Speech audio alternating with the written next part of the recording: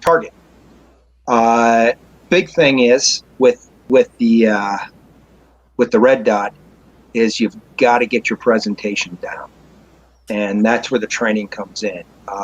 You're not just going to go from sights and transition to a red dot and be a master at a red dot. It's not automatically going to make you a better shooter.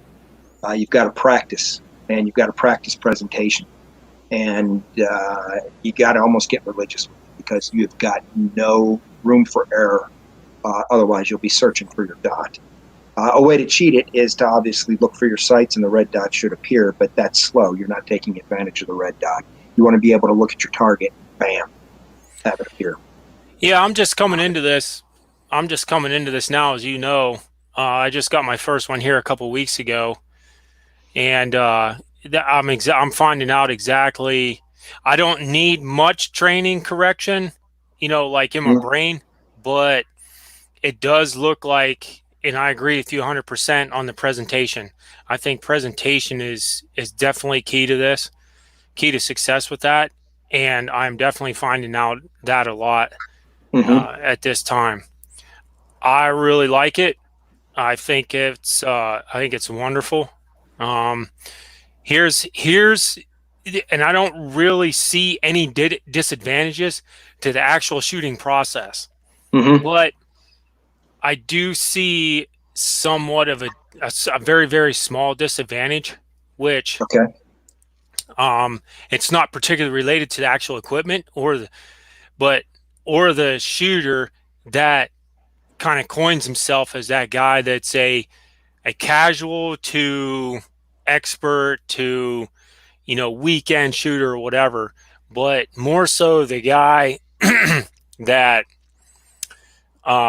goes out there and he just dumps a lot of money into a gun and he shoots it once a month and thinks that this sight is going to make him an expert, Yeah. and or shoots once every couple months and says, oh yeah, I can hit something with this thing at 100 yards and it's no problem. But to me, see, there's more to shooting than just that, and that, and the guys out there that shoot more than twice once every 2 or 3 months or once every 4 months or whatever, they don't, I don't think they understand that. Just look at time sequences and multiple targets and moving targets. Shooter moving is just a lot more stuff than that. And that's the only thing that you know that's the only real thing that those guys out there are thinking. They're like, yeah, I got this sight, man. I'm king. I'm king of the hill now, and I can shoot anything. So, Well, yeah, they'll be sadly disappointed if they think that the sight is going to make them the optic on the gun is going to make them a better shot without the practice that needs to go into it, because it's you almost have to start over a little bit again. I mean, we look at when we got red dots on rifles, and we were using iron sights before that. Now, who likes to use iron sights now? I can't stand to use iron sights, but it transferred to everything. It yeah, allows you to look at your target. The way you present this with a pistol is you're looking at your target. So, if you want to put that center mass on the individual, if you want to say, look at his mouth, right?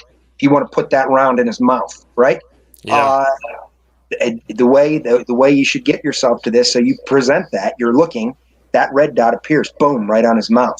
The only way to do that is to practice with that and get the presentation down. But it's almost like a telepathic type deal once you become good with the red dot. But it's a little bit of a journey to get there. And you've got to recalibrate when you pick it up again. I know there's been a little bit of a lull because we had the ammo crunch. I almost went a month without shooting, Chris. I shot for the first time yesterday since this whole thing really hit and all the lockdowns took place. So I shot a little bit yesterday. I shot a little bit today. You don't want to waste the ammo. That's the issue. You don't want to yeah. waste the ammo because you don't know if you're going to get more of it. Hmm. But as we all know, unless you're a natural-born shooter, and even if you are a natural-born shooter, which I'm not, it's a frangible skill, and you've got to keep up on it somehow, some way. and getting out there and working with the red dot is a good way to go. Uh, and it's going to be the future. I think in 5 years, pretty much everything's going to have a red dot. All of the SIG X series pistols are cut for a red dot already. They all are. Yeah. You've got the Glock MOS, you've got the Pro series by Smith and Wesson, CZs, Berettas. They're all coming cut for optics, and I think it's a trend that is here to stay, and I think it's a good one. Yeah. I just got my, like I said, just came into the red dot, and I had to get my slide cut. So um, the guys that I sent it to did a fabulous job. It's not. I don't really want to talk about it that much because it's not really done yet. So Yeah, the yeah, slide's done, but I got some other parts that I'm waiting on, and maybe the big reveal here in a couple weeks. I don't know, but all right, yeah, all right. I'm still waiting on some parts. But I will go this far and say I did go ahead and do the buy once cry once theory. Mm-hmm. So I invested in the Trigicon RMR, just to reveal a little bit the fiber optic and tritium RMR. So no batteries, just ready to go right out of the box, and everything seems to be lining up so far so good. But Mm-hmm. I got the I got the green triangle 12.9 MOA, and that thing looks beautiful. Well, So I'm a fan of the triangle. I know the original Delta Point. I have a Delta Point on a SIG X5 that's got the 7.5 MOA, 7 MOA triangle on it, and I'm surprised they've just done away with it. You can't get the triangle from Loophole anymore, which is a real bummer for me because I think that the triangle is a big target for your eye to pick up. And the Loophole's yeah, got a huge window, so it's easy to pick up. So if you want to get it on center mass, boom, it's there. But the triangle also gives you the precision at the tip of that delta, right? And I know that with the Loophole, and I might be a little bit off on this, but I believe at 10 yards, which is where I zero mine at. This is not a science because SIG will tell you to zero them at 15 yards. Some people will say zero them at 25 yards. Is there a wrong answer? I don't think so. Whatever works for you. But I zero mine at 10. And with either 115 grain 9 or 124 grain, and I shoot the cheap stuff, I don't load. Um, the tip is 0 to 10 yards, and at the very bottom of the triangle, it's 50 yards. So that's kind of cool. I think it gives you a good option there. And if you're going for something quick in 3-gun, you're shooting quickly. Doesn't necessarily have to be super precise. That triangle, bam, bam, bam, bam. Your eye just picks it up. Center mass, that triangle, yeah. and it's awesome. In fact, I've got that gun. There is another thing as far as co-witnessing on this. And Loophole is makes a sight that goes on the back of it, bolts onto the back of the Delta Point, which is really cool. More people need to do this. SIG is starting to do it with their optics. Hollow Sun with the new 407K. I'm on a wait list to get one of those for my 365 XL. But they allow you, instead of having to redovetail anything, they allow you to put a sight on the back that will co-witness with the front sight. Now, with the X5, which I have right here, the the fiber optic on the front will co-witness with a Romeo 1 Pro. It doesn't quite co-witness with this optic. I need to get a slightly higher one from Dawson Precision. I mean, it'll get you close, but it's not perfect. The one with the Romeo Pro, the Romeo 1 Pro will co-witness with that existing front sight, which is really, really cool. Otherwise, you have to make sure that you have. I'm making sure all of these are safe. Okay. You have to make sure that you get co-witness suppressor sights. A lot of the competition guys don't run it, and I get it. I like, even with my competition guns, I like to run them as close to an actual combat gun as possible, right? I mean, what's the term that we always use? Run it, right? Yep. Run it like you're going to Right. use it, right? Right. Yeah. So, Sure.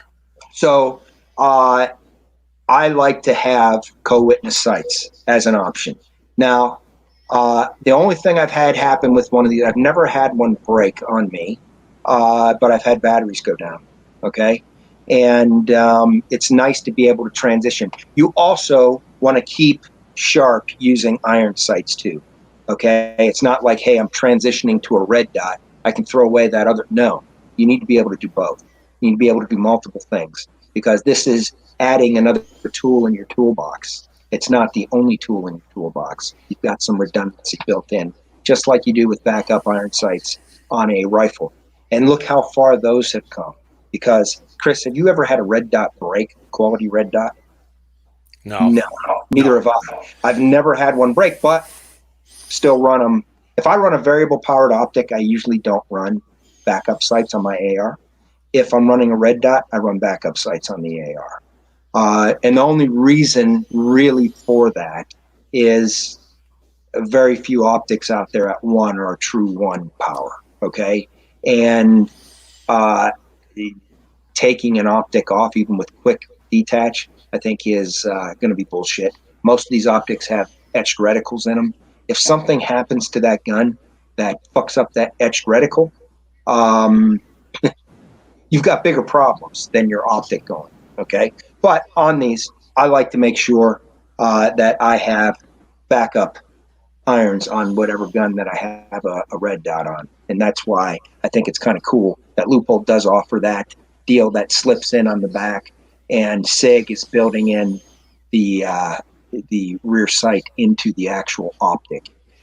But That's when yeah, it's that you mentioned the loophole there. So originally you and I were talking and I was looking at making the purchase, and mhm, actually I think that's one of the first ones that you kind of helped me look at. So I looked at that and we were surprised when I started looking at their website that it was no longer available because yeah, I mean, okay, let's take a little trip back in time. So what is it? Was it about 3 years ago or 2.5, 3 years ago we started looking at that site.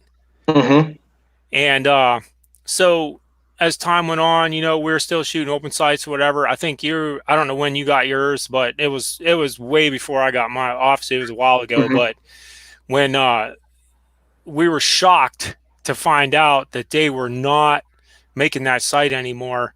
And man, I wish I knew why, but It's called the that Delta Point. yeah, I think it's. I'm really bummed. Okay, so maybe people weren't buying it, and that's obviously what was going on. Okay, why people weren't buying it is beyond me because it's a brilliant design. It's a brilliant design, yeah. um, It was and it was it leading was, it was leading the way. The first of its kind. yeah, It was an awesome piece. yeah. I The mean, it is an triangle gives awesome you the piece, but precision. It just seems it gives you the precision of the point and the big target of the whole triangle. So I mean, if you want to pick that up quickly, you want a larger.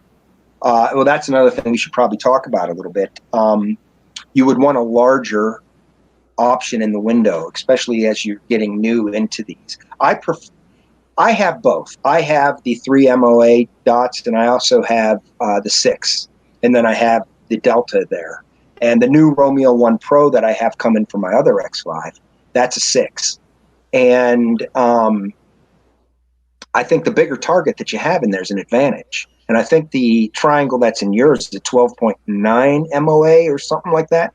yeah, Uh, the triangle just gives you that option of being precise when you need to be, and then having a huge dot that's easily recognizable and the human eye can pick up quickly when you need the speed because you're going to get on center mass. I think we get a little bit wrapped around the axle. I know Trigicon's making a one MOA right now. Um, a pistol isn't really a precision instrument, anyways. I mean, I don't quite get the one MOA. Um, whatever people like. I know they turn it up. If you turn it up and make it full bright, it actually will act closer to a 4 or 5 MOA dot. But I want something that I can pick up quickly and that my eye picks up quickly. I don't know what MOA traditional iron sights would be, but I would imagine they're pretty damn big. I would Yeah. imagine they're, you know what I mean?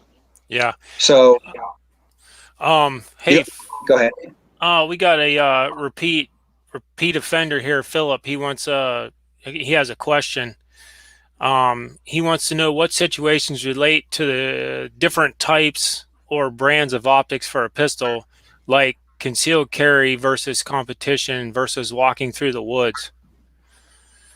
So, Read that question again.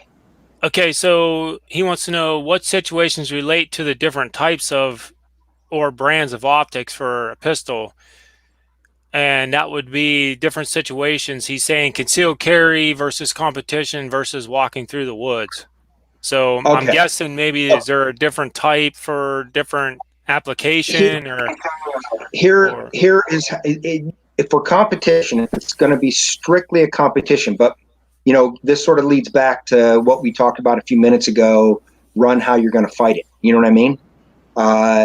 Practice how you fight. You know what I mean? So yeah. if you're looking at a strict competition optic, the bigger the window, the better. Okay, that's what these guys are going for. This new Romeo 3 Max from SIG is huge. It looks like you're looking through a freaking car windshield. Okay, the Delta Point has a big window. The new Romeo 1 Pro's window is pretty big. The new SRO from Trijicon has a ginormous window. Okay, so competition, to tailor one of these, you want technically a bigger window. Okay, as far as um, concealed carry, you want a duty grade. Okay, now more and more of these now are becoming a duty grade optic. Okay, the original duty grade is the RMR because it's got that shape at the top, that kind of like that U shape, and they patented that, so nobody else can do it. Okay, and it's interesting to see how some other companies are trying to get around to be able to create a very, very durable optic that can take a good hard hit and still retain its glass. Um, the the So a concealed carry or a duty weapon, the RMR is very hard to beat. The Delta Point, again, they have a steel shroud that goes around that optic. The new Romeo 1 Pro has a steel shroud that goes around the optic. I have the original Romeo 1. If you drop that on concrete, you're probably going to break it because it doesn't have the steel shroud. Now, SIG did come out with the steel shroud afterwards. I don't go throwing my guns down on the ground. But if you're a cop, or if you're in the military, you would be in a situation where you may take a hard fall, and you want an optic that's going to be pretty damn durable. What Chris is running is about as durable as it gets. It's the RMR, that's tritium and fiber optic. Uh, pretty, pretty tough optic to damage. I know Aimpoint's come out with that new Acro that's an all encased red dot, and HoloSun has come out with one that is pretty durable as well. That's very, very similar to the Acro. HoloSun is also using titanium in some of theirs.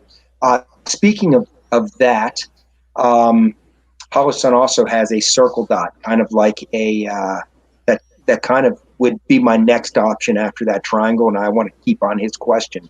But they've got a big circle and a dot like the old EOTech optics that you can get actually on a pistol. So it gives you kind of the precision of the dot in the middle and the big target with the circle, which I do like. And it also gives you some hold offs. You got to kind of figure it out, whatever it is. I think they have a 32 and I think they have a 64, but I think it's a 32. But going back to concealed carry, I would say you'd want a pretty durable optic. I do have I'm waiting for an optic for this gun, and this is the 365 XL, and SIG has already cut it at the top for an optic, and it takes a J point style. I would not run a J point on this; they're not durable. But the company that makes J point has a Shields RMS. It's expensive. I don't know how durable that is. SIG has come out with the new Romeo Zero, and it's actually a composite optic, and they're claiming that the glass in it's 10 times stronger than traditional glass because it's a composite glass. It's plastic. But they do offer a steel shroud that goes around that. Or the new Hollow Sun 407K. I'm on wait for one of those right now. I ordered that back in January, and that's supposed to be a pretty damn durable optic for one of these. It comes in with the built-in rear sight, just like the Romeo Zero does. That will automatically co-witness with the existing front sight on this gun. So I think there's a lot of options out there now recently for a concealed carry gun. I think it's pretty hard to beat this option right here. I've got the 15 round magazine in this thing. It is so narrow. This gun has literally, I mean, it is a fraction of even a compact pistol So as far as how fat this thing is. yeah, and that brings up a good point. So we've always talked about training as you fight Mm-hmm, for that scenario. You know, hopefully none of us ever get in that scenario, but being armed is definitely one of those things that you take very, very seriously. mm-hmm, So, and I think the other thing that we take very, very seriously, and it's one of the big reasons why we're on here, is our weaponry. And I'm under the impression for myself and seeing some stuff that's been battle tested, and this is really where our expertise comes into play. The When we talk about these certain points, delta point, or these certain these red dots, I mean, these delta mm-hmm, points, trigicons, holosun, all that stuff. Now, when when I want to go and buy something, I want to make sure that it kind of fits my bill, and my bill is pretty tough. So, and you know as well as I do, some of the equipment that we used in Iraq was pretty much bomb proof. So, but mm-hmm. that just makes sense for the military application that we used it for. And speaking particularly one night, man, I was running down this street, and just it was the middle of the night, man, dark can be, about as dark as these sunglasses. And Mm-hmm. and man, I caught my foot on something, and I just got face planted. Mm-hmm. And my rifle was, right there in front of me, and there's just no way. It just happened so fast, and I face planted. And come to find out, man, everything that I had on my weapon was and I landed right on it. Mm-hmm. Um, and everything was in one piece to find out when I got back, and there was no loss of zeros. So what I'm talking about there is some of that hardware we had on there was good hardware. This Yeah. brings me to this point is, hey, out there, if you are going to buy something, um, don't go about it kind of halfway. So, you know, yeah, you may have a little bit of budget, but squeak a little bit more out if you can. Our theory, again, is buy once, cry once. Okay. Mm-hmm. Something somebody told me a long time ago, and that's held pretty much true. But get that optic that, hey, it may be a little bit more, but at the end of the day, it's gonna survive whatever you're gonna put it through. Which also brings me to this. So, you told me you were kind of shooting the 365 XL today, right? Yeah. Yeah, and you were kind of practicing with it concealed carry wise. Now, um, if you're gonna build a weapon, a pistol, and it just happens to be that one that you find yourself carrying a lot, you here's the thing. I carried that 250 for that 45 250. Now that thing is heavy, and Mm-hmm. no doubt it outweighs my 320, but Mm-hmm. I feel more comfortable with the 320. But I do like the 250. I don't think there's anything wrong with it. Matter of fact, There's um, nothing wrong. People no, don't like the 250 because they hate double action, but it's got a beautiful double action trigger on it, and it that thing is is. bomb proof. Yeah. Yeah. And the 320 I carry outside the waistband. And here's the thing, you can conceal anything that you want to. You just have to have the right clothing. You know Oh what? yeah. Who are you walking around looking at people's waists all day? I'm No. not doing that. I mean, Well, occasionally I occasionally some might see somebody I know sometimes that, yeah, that if has a gun. if some dude's Yeah. really working out and walks past, I mean, Uh, yeah, like what Dumb and I'm Dumber. getting at is, you're going to, like you were saying, hey, get something, train as you fight, train with that weapon and carry it around and see how it feels, you know? Well, And you brought up a good point because there are some brands out there, and things are the gun industry is we're really in a good time in the gun industry because there are some brands out there that that are bomb proof. Okay, Aimpoint, Trigicon, Loophole. Okay, I would say EOTech. I used to use an EOTech. They had an issue. We don't even need to get into it right now. yeah. I don't use them anymore because of that issue and what they did, what the company did. But you know that Schmidt and Bender, you know that Night Force. Some of these optics are just, that they're proven because we used them and we put them through scenarios that you just described a few moments ago with, going ass over tin cups on these things, and they're no loss of zero. They keep running. Here's the cool thing. Here's the cool, because these things are expensive. I mean, an aim point is so damn expensive. Trigicon's a little more affordable, and I'd be more inclined just because we know what those things go through. Aim points are so damn expensive, but they don't break. If you can afford it, great. There has been some newer optics that have come out lately that seem like they're built pretty well. Um, I have seen some of these when we talk about red dots, that new SIG Romeo 5, which is an entry level red dot. But I've seen people beat the shit out of these things. I've seen it shot with a shotgun, and this thing keeps going. I've seen some of these hollow suns doing the same thing. So, more than that if you need to absolutely get something that's bomb proof, you're going to go with Trigicon, Aimpoint, Loophole, Night Force. People can't afford those U.S. optics, but you simply can't afford if you have multiple guns for these things. Do some homework because there are some more affordable options out there that are getting better, better, and better that won't break the bank, that may have the durability that you need. Is it going to be a complete replacement for an aim point or a Trigicon? Maybe not, but it may serve your needs pretty well. Buy good equipment. Yeah. You don't buy. Well, we're going to talk about this in a little bit too. I showed one of my guns, and this kind of leads into that conversation a little bit. I We have got a another question real quick, so go ahead. uh, what's the question? From Wade, optics for a rifle application. Why not use small Romeo 1 style on rifles? Window size. Why would you want to use a Romeo? I mean, you can. Some people do it, but window size and um, durability. But you want something with a bigger window that you're able to mount. I know you can run a RMR. Lots of guys do it. It wouldn't be my first choice to run on a rifle. Is it wrong? No.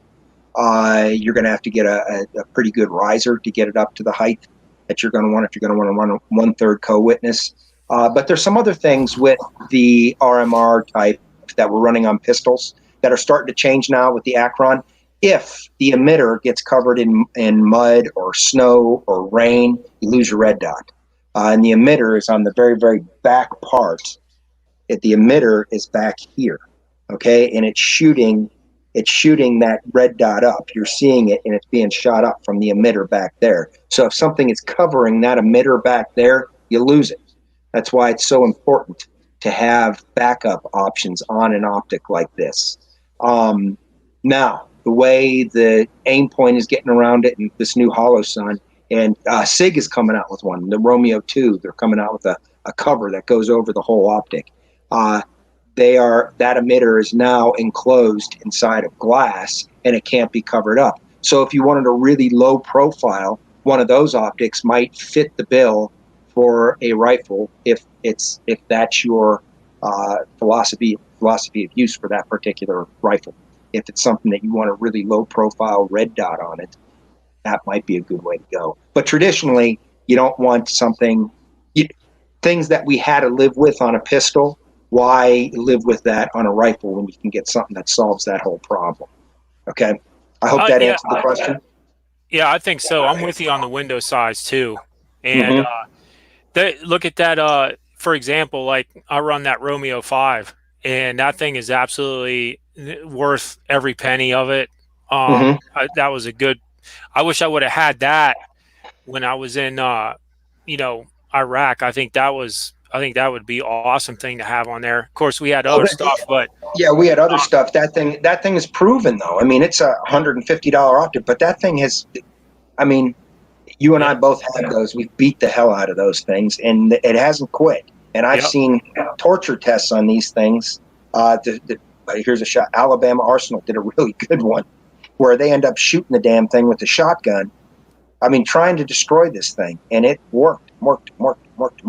I mean, I don't know what more you could do, and that's $150. Is it an aim point? No, it's not an aim point, but it's a hell of a good optic, and it would be a quality optic. I don't think if that was in your wheelhouse and what you could afford, you wouldn't go wrong with that optic. Hey, we're at the 30-minute mark. We might gonna switch gears here. So for anybody that just kind of tuned in, I'm Chris. Matt here's my teammate. We were in 5th Special Forces Group for quite some time. I have tours in Afghanistan, in Iraq, and Matt's been in Iraq. So for we are sharing our real life experience. Our show here airs every Sunday night, and we like to share those experiences. And tonight, if you're just tuning in, again, we're talking about the first 30 minutes here. We were talking about red dot sights. We were talking about it for pistols, and also Wade too had a good question about for rifle stuff. So go back and watch that if you can. Also, we are have formed a company called Penergic Life. You can find us on the web at www.penergiclife.com, and we have plenty of classes. And I'm going to go ahead and hand that over to Matt at this time and let him describe some of those classes before we go ahead and switch gears. Yeah, we offer several different classes. We have pistol classes. We have rifle classes. We like to tailor a lot of our classes to the beginner shooter. Um, we also have another outlet where we do a military readiness course, which is kind of cool. The military readiness course, basically, we take people that are considering going into the military, and a lot of these kids are 17, some are 18 years old, some are older. And some of these people didn't have a relative to help guide them on the process. And the process of getting into the military can be a daunting one.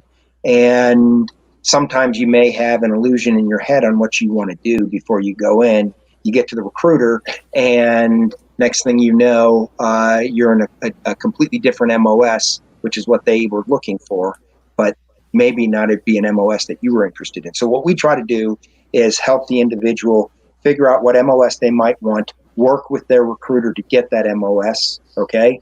Work with them on their testing so they can get the testing scores that they need in the ASVAB to get that grade up so that they can do what they want to do. If they want a job that requires a specific general technical score, we work with them on how to get that up. We also work with them on their physical fitness, because that's a big, especially for some of the younger crowd today. Uh, when Chris and I were younger, sports were a big thing. Everybody played sports, and you were in shape. Now kids are playing video games. A lot of the schools are dropping sports programs because they're it's the dumbest thing ever. I don't even want to get to the different topic that I don't want to get on right now. But a lot of schools are dropping sports programs, and these kids uh, do not come to basic in the same physical shape that kids in the past were. And they may not have that discipline for that physical fitness as kids in the past have had. So we work them on their physical fitness. We also teach them some hard skills. Um, some of these kids aren't as prepared when they get to basic for the mental situation they're going to be put in. First time away from home, a very unforgiving environment. If they let it get to them, it can bog them down. So one of our partners, Jamie, is a therapist, and she works on the mental aspect of that. But we also work with some mental aspect as well. We teach them some hard skills so that they're kind of ahead of the game when they get there. Some of these hard skills are as simple as knots. Some are simple as how they take care of their feet and how they are able to pick out a pair of boots and fit boots. It sounds simple, but this is big, big, big, big. If you're getting into going into the military, because taking care of your feet is huge. Teaching them how to pack a ruck, teaching them how to choose a ruck, teaching them how to do basic land navigation, terrain association, how to use a compass, how to use a protractor, how to use a topo map, teaching them some basic survival skills that they may need, and they're going to help them. So when they get to basic, even though they may have the whole world coming down on them, now that if they're not good at something, okay, they don't add that on top of the stress that they're already dealing with. So they have some of these coping mechanisms they get from Jamie. They get the hard skills from Chris and I that help them to become a leader, to whereas they can now possibly help somebody else instead of being one of the people that I don't know how to do this and I'm miserable and I don't like the way I feel. So uh, it's one of those trying to get them a step ahead and get them prepared when they get there, because a big problem with recruiting now, especially National Guard, because this is sort of unheard of when Chris and I went in, but they can't keep the retention of people, and in certain National Guard units they're backing out of that after they've already made the commitment. You couldn't do that when Chris and I went. You made the commitment, you served the time, right? uh, so in order to keep that retention, we're trying to develop a program that helps them through that. We also have a survival program, and we have several different levels of the survival program. It's practical survival, okay? And Chris and I touch on a lot of this, even in our discussions here. We touch on ammo selection, how you stock up for that, but also realistic survival. We have the whole coronavirus, Wuhan virus, whatever you want to call it, this Chinese plague that's been inflicted upon us that has caused a huge issue in this country.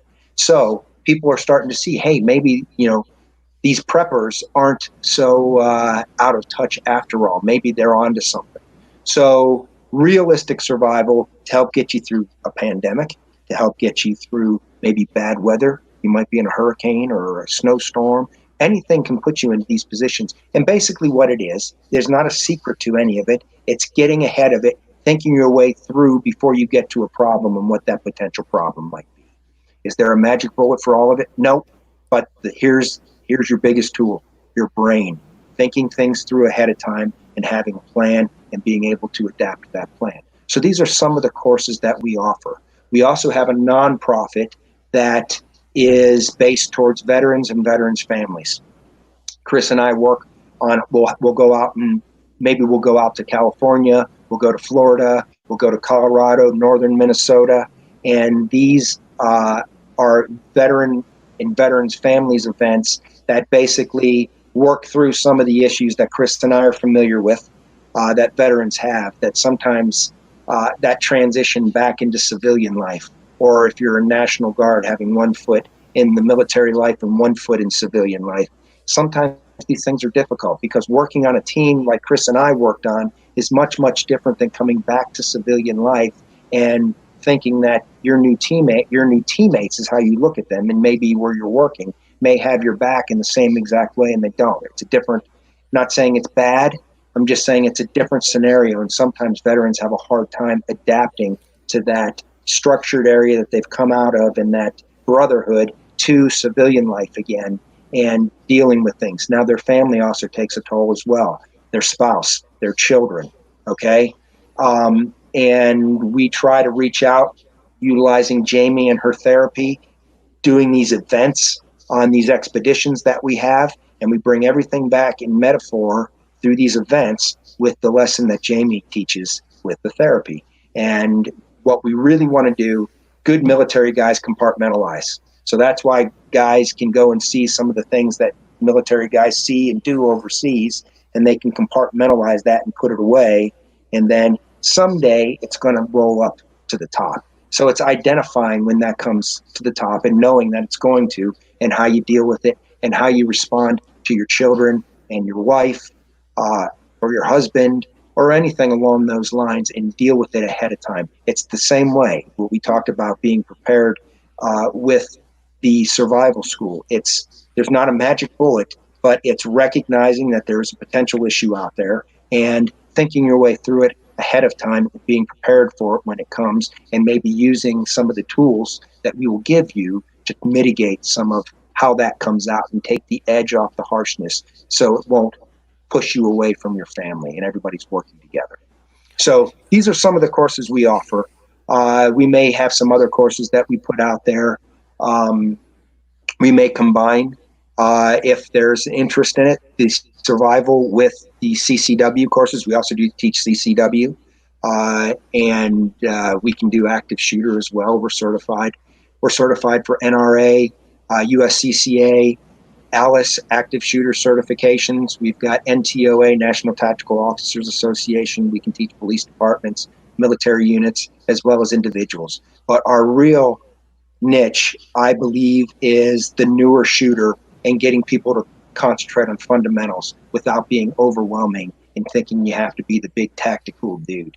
Because I don't know if this has come off or not, Chris and I are not really tactical dudes, okay? We know that fundamentals work. We stick with those fundamentals. We don't make things complicated. We keep things simple. That is our motto. And we stay humble.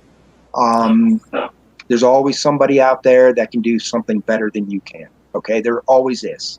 And we're not one of these people who say that just because we say it, that's the only way. We realize there's multiple ways. We like that to come through with the way we train. We want to get you using your brain, using sound, safe judgment, think your way through problems. And that's how that's our philosophy on how we try to train.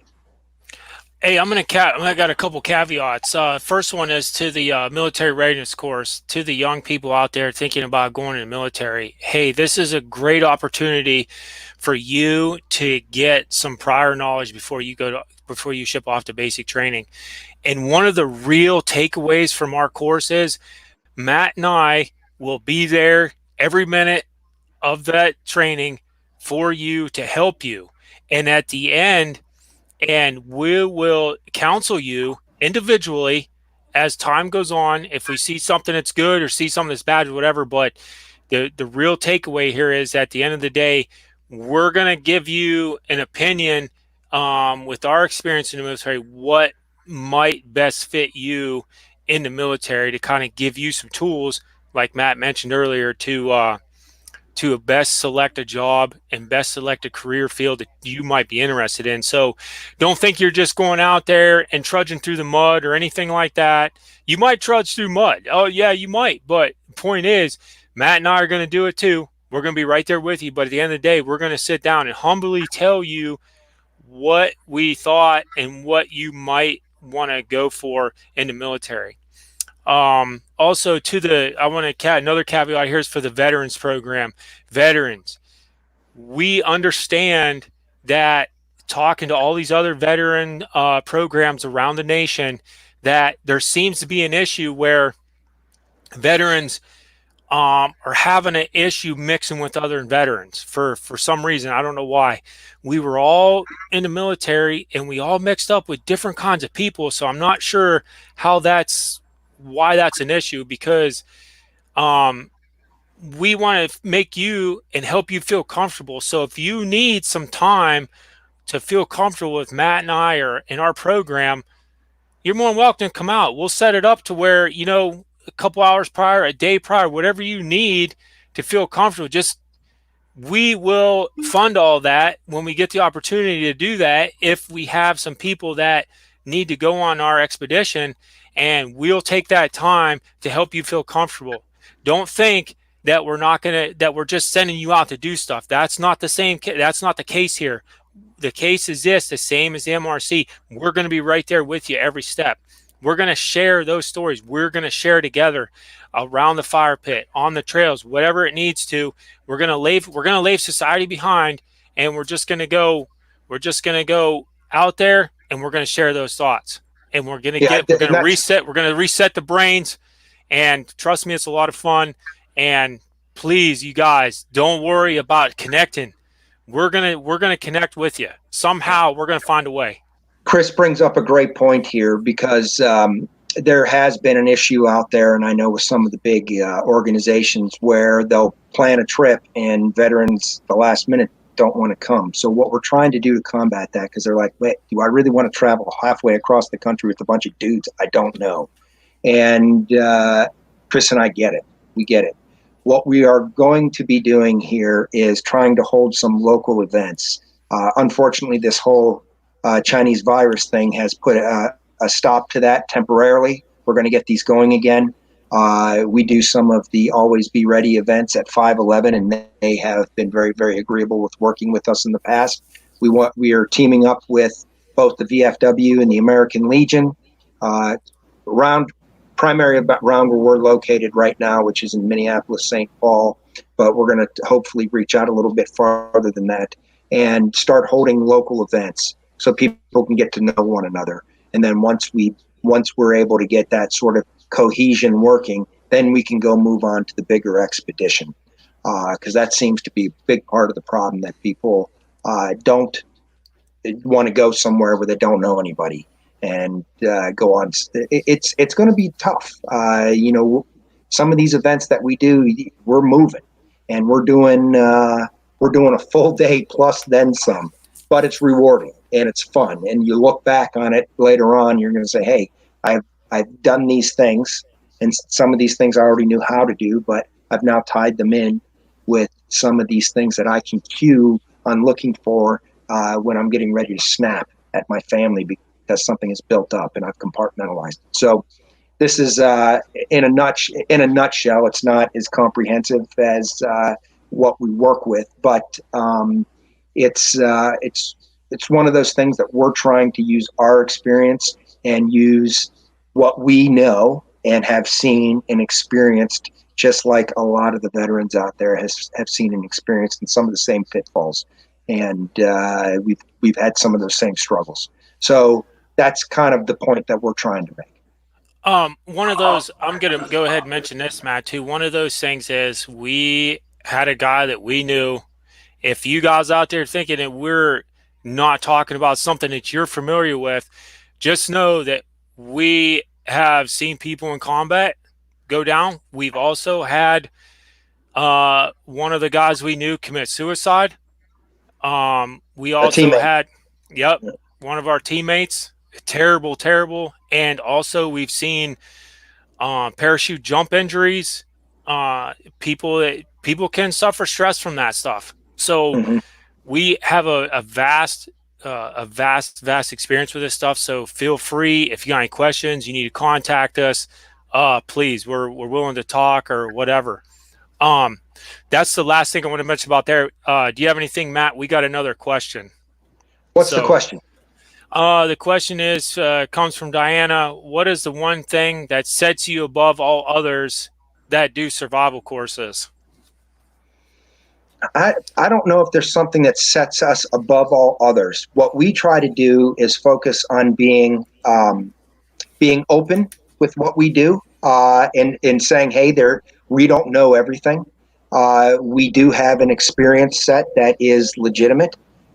We base everything off of our experiences, and we also come at it from a point of if we can learn something, even from one of our students, if we can learn something, we do not uh, push that out and say, hey, we're the experts. We're the subject matter expert here, and we know more than you do. That is not on everything we teach.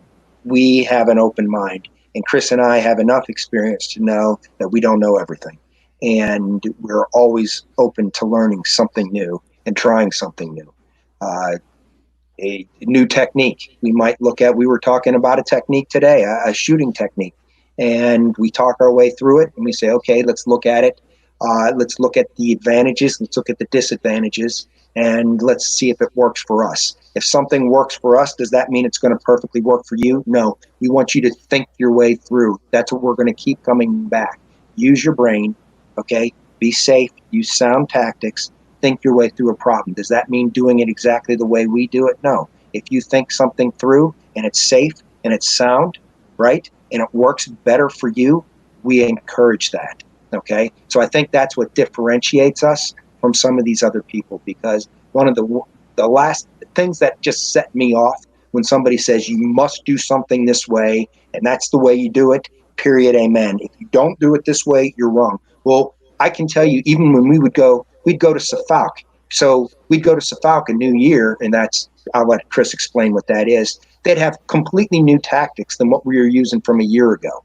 Completely new, right? So if what we were doing was the best thing that you could possibly ever do, why are they teaching us new stuff every year? Because guess what? New experiences add into new data points. Those new data points bring other things. So there's not one way to do things. That is a theme of ours. There's not one way. You have to think your way through it, be safe, use sound practices, and be open. And that's what I think separates us. Do you want to add anything to that, Chris? Yeah, sure. So, real quick, the Cephalic he was talking about is the Special Forces Assault and Urban Combat course and techniques and all kinds of stuff. It just basically it's CQB, it's close quarters battle. So there's a couple techniques that are there, and some of that changes. Like Matt said, we get live feeds sometimes, and sometimes a lot of the data points come back from techniques that were used. Some were bad, some were good. The good ones you try to caveat on. What the survival course is, and you brought up a good point, is there's no solid way to do something. Now, you will find certain things like uh, purifying water that have plenty of ways to do it. Plenty of ways to do it. Um, you like a certain way, I like a certain way. Somebody else may do it different and feel comfortable with that, and that's okay. But I think our big thing is also relates to what you were saying, Matt, is mindset, and having that mindset that never ever quit in any amount of uncertainty, because that's the absolute worst thing you can do is quit. That's the absolute worst thing you can do is quit. And also, I don't want to give too much away for the survival course. Everybody needs to come out to that. But yeah, just getting that into that mindset, and we're gonna lay that down for the 3 days that you're out here, and put you in that mindset and have you start thinking through problems. But yeah, that's all. I think that's what sets. I mean, really, I think that really sets us apart, and just I learn something new every course that goes. Doesn't matter how old or how young the students are. I'm always willing to learn something, and that's the beauty about this. You Mm-hmm. just learn different things, and you just become smarter and smarter every time we have a class. Man, it's an awesome experience. You can think your way out of just about every single problem that's out there, provided you don't. Your head can also doom you as well. As long as you don't panic and you take a step back. Often the most simplest solution is the best in our experience, but you can think your way through. So that's what we really want to show you. We want you to think your way through and keep an open mind for something new. Yep, yep. So we're coming to the close here. Um, I don't see any more questions popping up. Is there anything else that we need to talk about in the skiff tonight? Yeah, Maybe late. there's something I want to talk about a little bit, and I All right. started to show you before. I have this is all sort of brought up to us, and this is sort of a philosophy that we have. I have an Olight flashlight here. I have one of these that I bought. I primarily use stream lights or Surefires. This is a quality flashlight, and I really like some of the designs on this thing. But some of the things that have come up here lately, it's have told me, and I've seen that Olight was doing a mask. They were doing a promotion where they were going to donate a bunch of masks. Now, for people who don't know, Olight is a Chinese-owned company.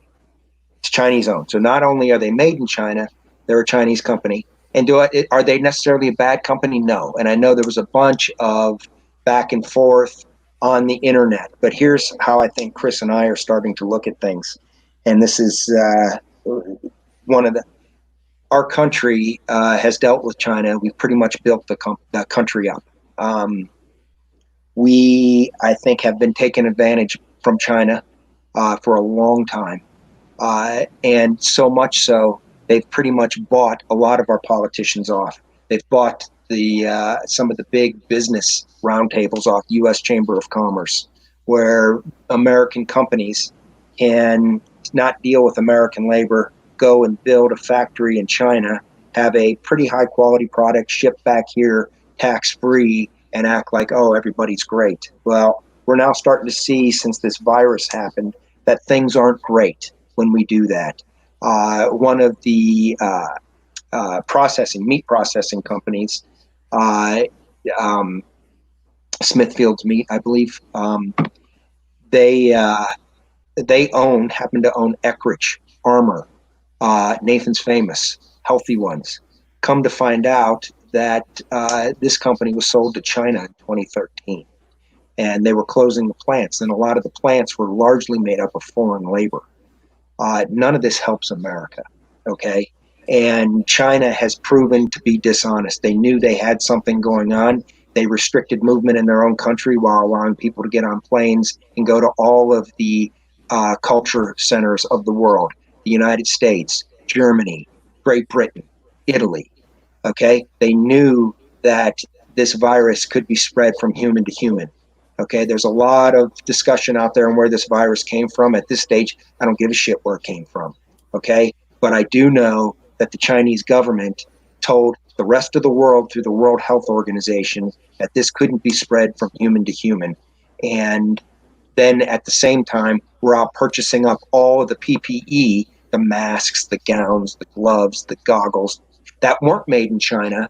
They went out and purchased all the excess PPE while they're telling the world that this couldn't be transmitted from human to human. Okay, so while I will say this is a high quality light, okay, and I think that the company might be an okay company and they've done some good things, and I think their idea of having a sale where they were going to donate PPE to uh, to people here in the United States.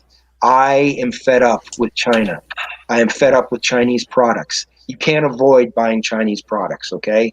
I know we talked about some of these optics, a lot of the electronics from these optics. It might be made here, but the electronics come from China. It's almost impossible to avoid that.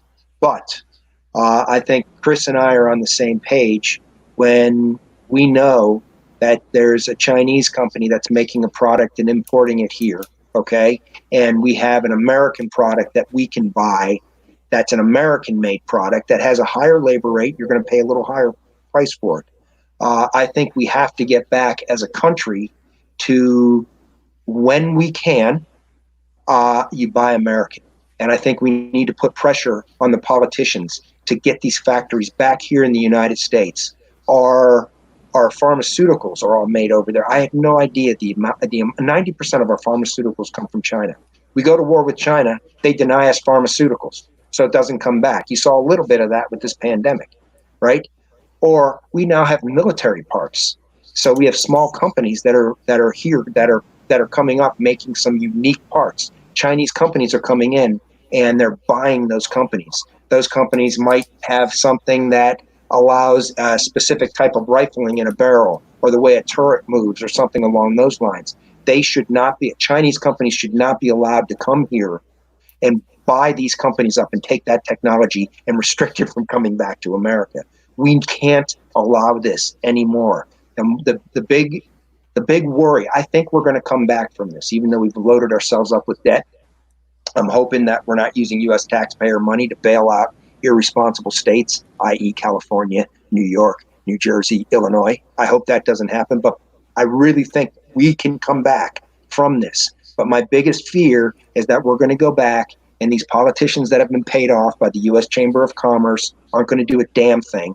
and these companies are going to still make their products in China and then bring them back here tax free. We're still going to allow Chinese companies to buy huge hunks of our agricultural industry and shut our agricultural industry down. You know, Smithfield plants shut down, and farmers were having to euthanize their cattle and their pigs and their chickens. So not only can the Chinese starve us and deny us pharmaceuticals, they can destroy our agriculture industry. They almost destroyed our steel industry. Okay, and I know there was a lot of crying about steel tariffs and all of that. But now looking back, these were smart things to do because we almost completely destroyed.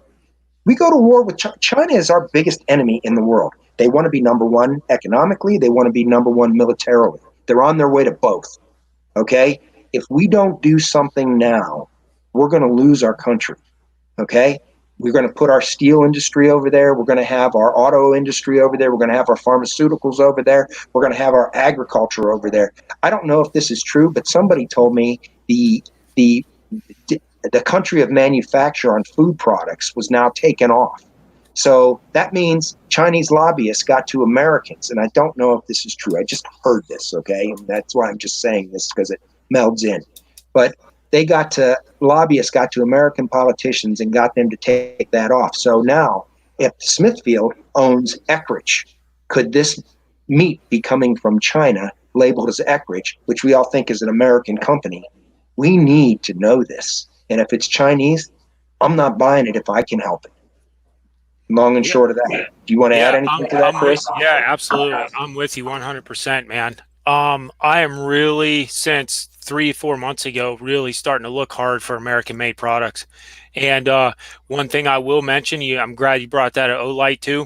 Mm-hmm. So, the Streamlight that I carry, the ones that you and I just recently The purchased. TLR ones. The Yep. TLR ones, yeah. Yep. My mom has a TLR7 on her 380 EZ. A beautiful light for that weapon. Beautiful light for that weapon.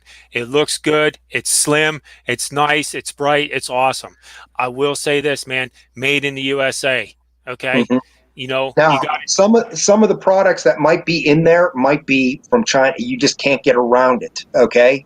But if it's an American company, Yep. um, and I where you can, and I think the biggest place is to understand that the political pressure our politicians have been paid for, whether it's Democrat, whether it's Republican, these people have been paid for. Okay, And so you how know about this? we go ahead, Chris. Yeah, how about this? So, you know what? You and I were willing to lay down our lives for what this country stood for. What this Mm-hmm. country stood for. You know what? That's fine. You know what? And my life was in your hands, and your life was in my hands. But that's the rapport that we built together, and we'll always share that the rest of it as long as we live. But America out there, you guys need to start sucking it up. Okay? Yes, You need to yes, start buckling down on what you're doing. Okay? Americans, yeah, I'm talking to everybody, even everybody out there listening. You need to start embracing what your life is and buy American stuff and bring this stuff back to America, man. And absolutely. and don't be such a freaking crybaby. Oh my Mm-hmm. gosh. You know? Yeah, I things are mean, going to be a come little on. more expensive if they're made here, but you're employing American labor to make American products.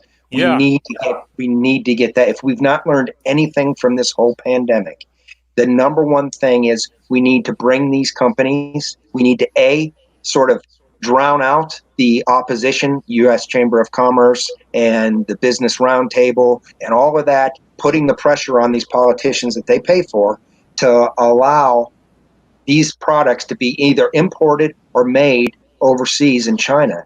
We need to bring our American companies back here. We need to support fellow Americans. We need to keep focus. Chris and I love this country. We know most Americans love this country. Get more involved and see what is going on.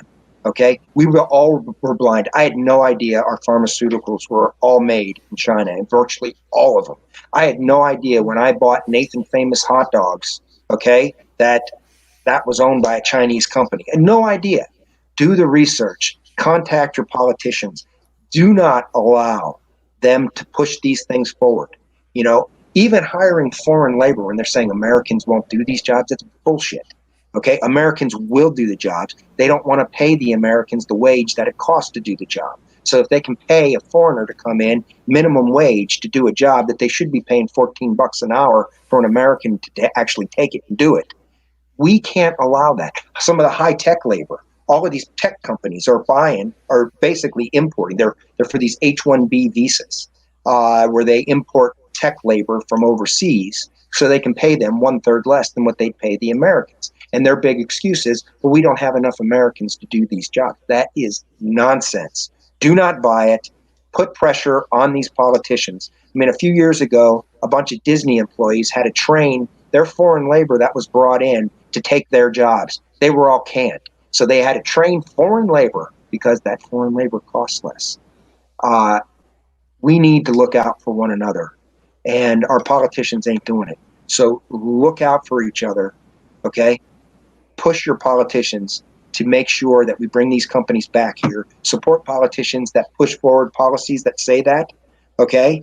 And where you can, I know it's impossible to say I'm never buying something made in China. It's impossible right now. But where you can, buy American, pay extra for the American-made product, or at least from a reputable ally of ours. China is not our ally. They will never be our ally. Okay? So I know aim points are made. We were talking about gun stuff. They're made in Sweden. Okay? Sweden wouldn't do what China did. Most of the countries in the world wouldn't do what China did. Okay? But you have to understand that they are not our friend. We cannot be doing things to build that country up anymore because it's to our detriment. And the United States leads the way for freedom, for personal responsibility, for good in this world, despite what a lot of people think. Americans are good in general, okay? The things we've done overseas are good in general. Have we made mistakes? Yes. We need to support each other. We need to support our neighbors, and we need to support American-made products. Rant over. Yep.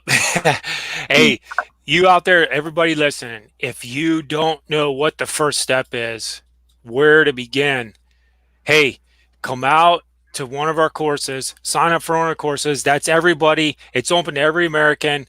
Okay. Come out there. We'll get you set on the right path. All right. Again, me and Matt aren't saying our way is always right, but we'll listen to you and we're going to get you set on that path. We're going to get you set into that mindset, get you thinking about this stuff that makes America great. Okay. It's the people that make it great. And you all out there have the mindset to do it and to do it right. We've come together before. We can come together again and again and again. And that's just a wonderful thing about America.